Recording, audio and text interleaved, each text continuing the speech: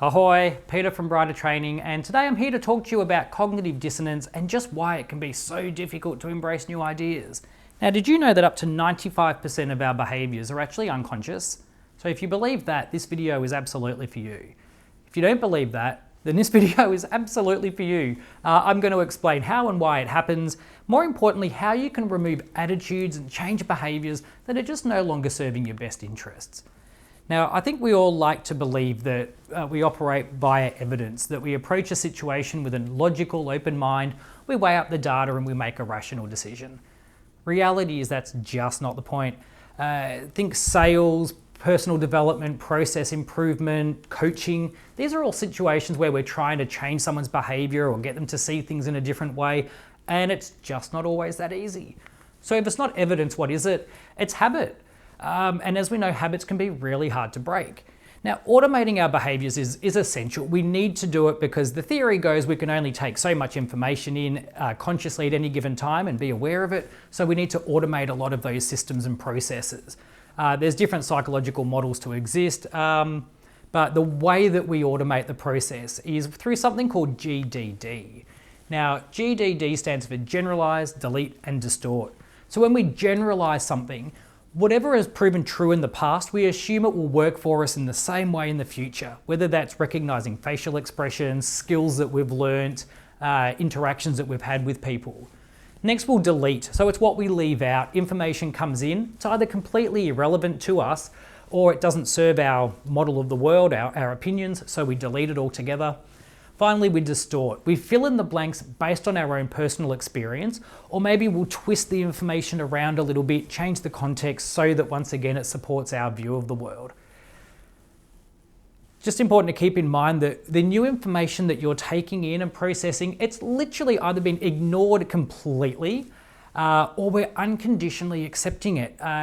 So it might be a process that we've always done, or a vendor or a supplier that we've always used, maybe a political party making a certain claim and we unconditionally believe what they say.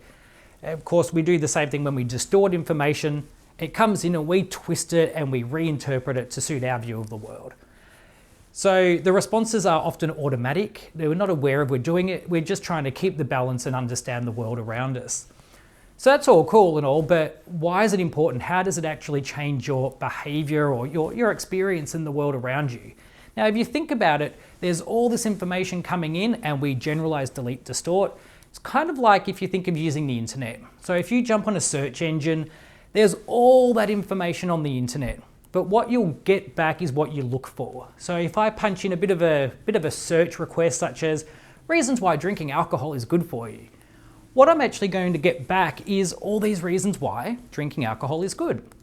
In the same way, if I ask the question, reasons why drinking alcohol is bad for me, I'm also going to then get back all the information that supports why it is bad. If I ask a more balanced question, is drinking alcohol good or bad? Once again, I'm going to get a more balanced response back. So you want to make sure that you are searching for or filtering for information that serves you in your best interests. There's lots of different examples out there though, of course, that we come across every day that supports this. So things like COVID-19 and self-isolation, convincing someone to quit smoking, maybe proposing a new diet, encouraging someone to exercise, that one will get you some resistance. The vegan versus omnivore debate, or especially political opinions.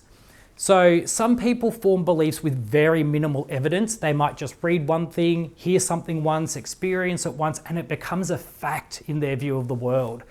So there's data out there to support any belief that you want to hold, and that's okay, unless those beliefs are starting to not work for you anymore.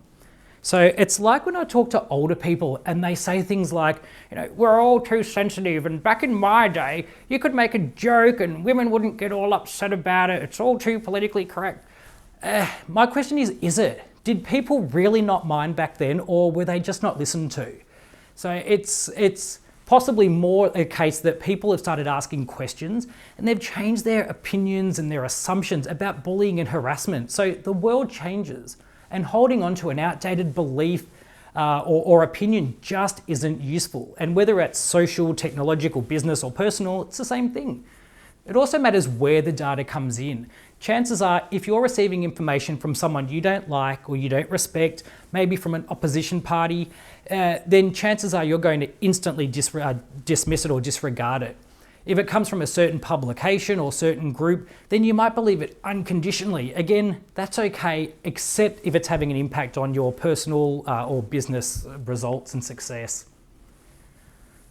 So we pretty much receive three different types of information. So first of all, it's something called a consonant relationship. So that's where two concepts are consistent with one another. I'll use COVID-19 as an example because it's so topical at the moment. I want to avoid catching or spreading COVID-19, and I'm being asked to stay at home. So those two are consistent with each other.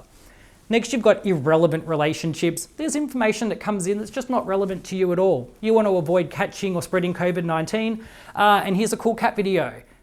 Cat videos are always cool, but not really relevant to COVID-19. Finally, there's something called a dissonant relationship, and our goal is to reduce that level of dissonance.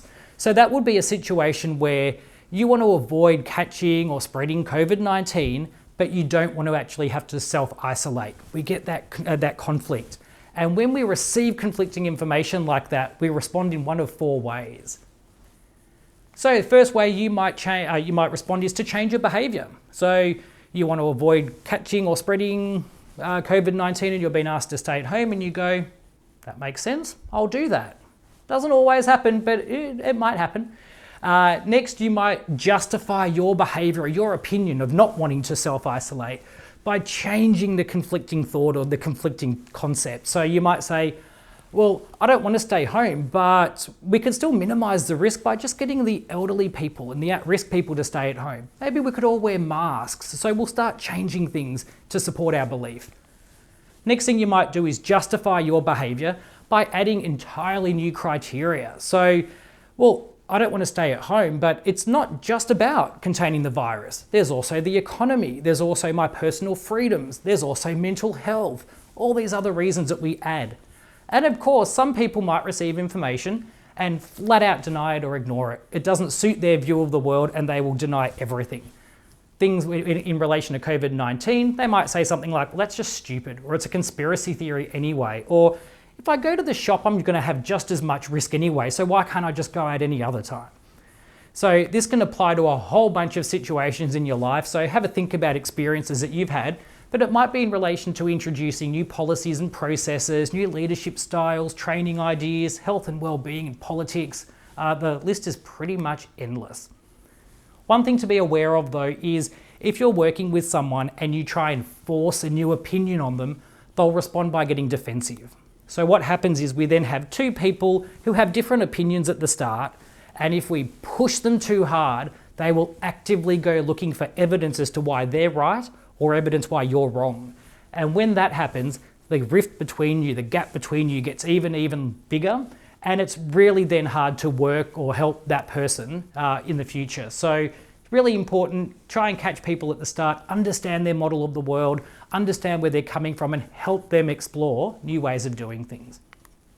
How can you do that? It really comes down to some really good questions that you can ask yourself or ask them. What we really want to do though is just encourage people to reflect on where their behaviours come from. So the first question is, where did your belief come from? Quite often our beliefs come from our parents or from our teachers or from those people around us. We don't even know why we have the beliefs that we do.